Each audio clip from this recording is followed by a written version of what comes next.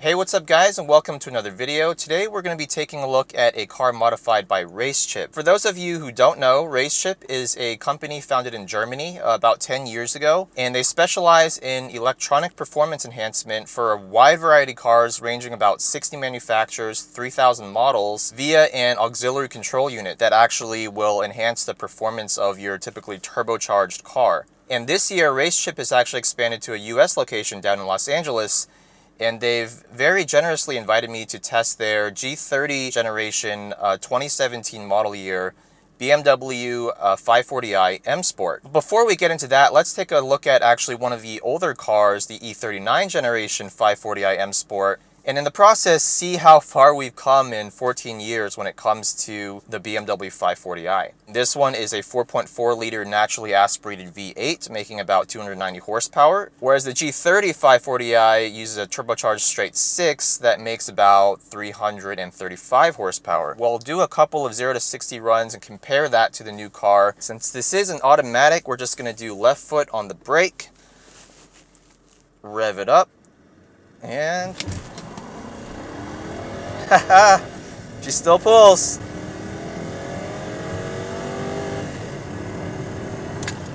All right, so that recorded 7.06 seconds. Haha.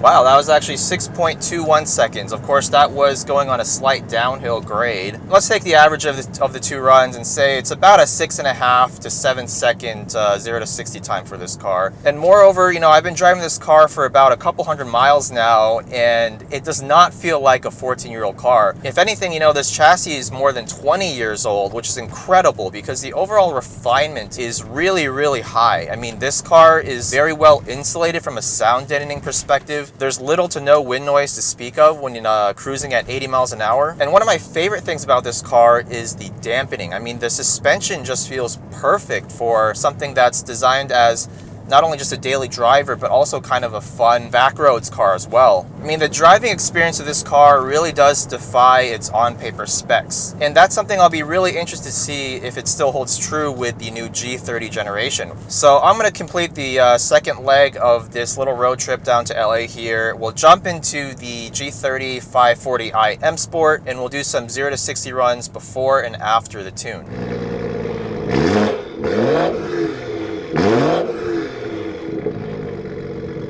Alright guys, so as you can see, we are now in the 2017 BMW 540i M Sport, modified by RG Sport, which is a local shop down here in LA. It features the top-of-the-line RaceChip GTS Black chip, custom two-way adjustable coilovers, HRE Flowform wheels, the FF04 model, which is an absolutely gorgeous looking wheel by the way, a monstrous Brembo GTS big brake kit with yellow calipers, Type 3 rotors, and the Toyo Proxys T1 Sport tires, the M Performance blacked out kidney grille, rear valence with carbon fiber diffuser, and the M Performance exhaust. Now RaceChip, what they've done with this car obviously is installed the GTS Black unit in the engine bay, which supposedly takes only about 15 minutes to do. It actually gives you the ability to use Bluetooth using your phone to on the fly switch from the different driving modes. So right now we're just in efficiency mode, but in the top mode, which is the race mode, supposedly we should get an increase of 54 horsepower,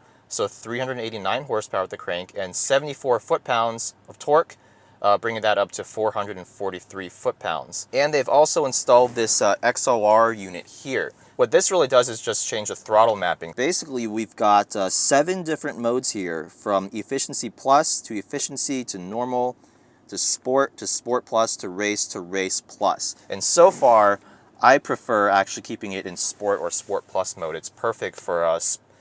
Just daily driving as well as canyon driving. It is incredible just how much the automotive technology has advanced in 14 or 15 years. I really thought the E39 540i was a pretty refined car up until I hopped into this thing.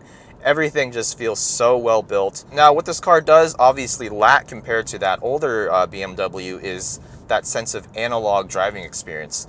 the steering in this thing is completely numb. I mean, it's super precise, and you can change between the, the sport and comfort modes to get more steering weight, but it feels artificial. There's no way around it. This is an electric power steering rack, and there is pretty much no feel or feedback to speak of. Also, another interesting thing to note is that this G30 Generation 5 Series, which is 3 generations newer than the E39, feels so big in comparison to the E39. I really think the E39 is one of the best sized, full-size luxury sedans. This car feels like a 7 Series from the same generation when it comes to size, if not bigger. With these custom coilovers, the car is pretty much slammed. I mean, it's on the verge of being called hella flush in my opinion, but it actually rides pretty damn good. I mean, you do sense a little bit of bounciness over some of the undulations in the road, but overall the damping is pretty impressive here. And let's see what kind of 0 to 60 time this thing can actually pull off.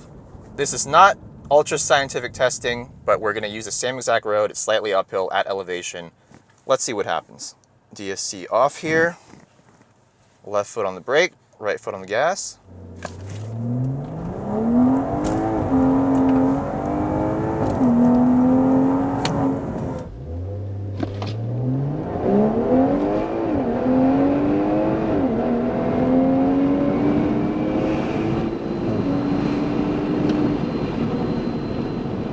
.08 seconds. Okay, not bad at all, honestly, for a completely stock tune. But enough of this stock business. Let's put this thing into sport mode and see if that makes a difference. Wow. Yeah, that's a big difference. Really, what it just did is resulted in a lot of wheel spin and made the 0 to 60 time even slower. 5.8 seconds here. Wow, that was the Toyota FT1, the Supra prototype testing on this road. That's awesome. I guess it's not really the FT1 now if it's the actual production car or close to it. Ha, wheel spin. 5.4 seconds. I definitely feel the car is definitely more powerful, but it's just a matter of whether or not this thing can put it down to the ground. I think with a set of proper 200 tread wear tires like 8008R or like Hankook RS4s or something along those lines, the results might be quite a bit different. But just for the sake of experimentation, we will now put it into race mode and see what 389 horsepower being sent through the rear wheels feels like. Wow, immediate wheel spin. 5.86 seconds now. The RaceChip tuning absolutely works. I can feel it the moment I leave the line. I just get so much more wheel spin in the sport mode versus efficiency, and then going to race mode is just a whole new ball game. So enough of the 0 to 60 testing. Let's actually just see how the car performs in the canyons. So I'll switch this over to Sport Plus. I'll change the transmission to manual mode. Wow, this thing pulls hard. It's a torque monster, wow. There is a little bit of a turbo lag, especially with race mode turned on. This transmission's fantastic, 8-speed automatic, but it really feels like a dual clutch and how quick it shifts. The Brembo GTS big brake kit gets this nearly 2-ton car stopped without a problem. Woo! This thing's definitely traction limited. Use 4th gear here. Just power out of that corner. We are climbing and descending this mountain so quickly that my ears are popping after every corner. Tires, not the best, I must say, these Toyos. It's definitely no V8 in terms of the sound and the low-end torque and the, linearity of the power band. But when we're talking about mid-range torque, top-end power, turbocharged straight 6 absolutely blows the 4.4 liter V8 from the E39 out of the water. There's no question about it. And I was averaging a solid 24, 25 miles per gallon on the freeway earlier, so it's not bad from an efficiency standpoint either. Downshifts are blipped, which is really refreshing to see after driving the 5-speed auto slush box torque converter with 2 to 3 second delays between upshifts and downshifts. This thing's a lot of fun. I have to say, for a 3,800 plus pound car, it actually handles really damn well. I'm honestly very shocked. Just the overall balance of the car, the precision of the steering, throttle response, and the nature of the power band of the engine is really exciting. There's really a lot to like about this car. I mean, I know it's a BMW, it's the ultimate driving machine, but it's not even an M car, right? I can only imagine how much more fun like an M5 would be. Props to BMW for bringing back the 540i M Sport name. This car really does share a lot of the same driver-focused dynamics that the E39 did. Only now everything's just at a completely different level. The performance, the ride quality, the comfort, the technology obviously inside the car. I've been daily driving this car for 2 days now. Man, the technology is great. The blind spot monitoring, the aerial camera view that helps you back out of spots. I actually am a big fan of the BMW iDrive system.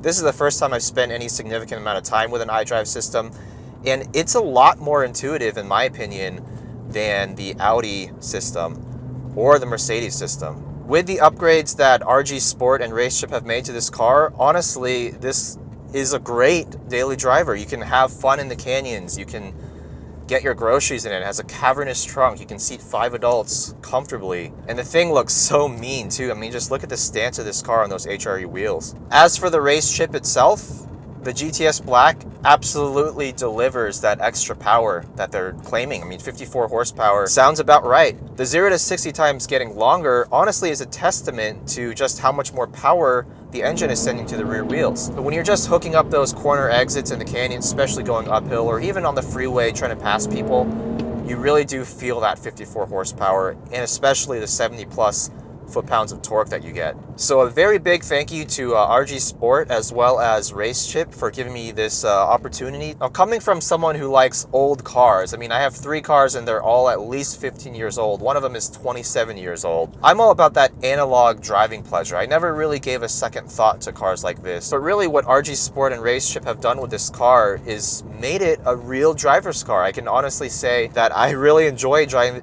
this car in the canyons. It feels very composed. The suspension is great. It's still good for daily driving. The big brake kit makes the car stop on a dime, but you still get really good pedal modulation. The RaceChip just gives you the flexibility to switch between modes on the fly depending on what driving conditions you're in. If you're just cruising around town, throw it in efficiency mode, throw this thing in Eco Pro, you know, automatic transmission mode, and the thing shifts at like 1500 RPMs. You want to go to the canyons, switch it over to sport mode or race mode, adjust the XLR throttle tuning. You've pretty much got what feels like a true M car, obviously without the V8 burble, but the exhaust really does open up the sound as well, and it really gives you a sense of what this car is all about. It might look like a show car from the outside, but I must say when you really start pushing it, you can tell these guys know what they're doing. So big shout out to RG Sport again and RaceChip for giving me this opportunity. Thanks guys for watching, and I'll see you guys next time.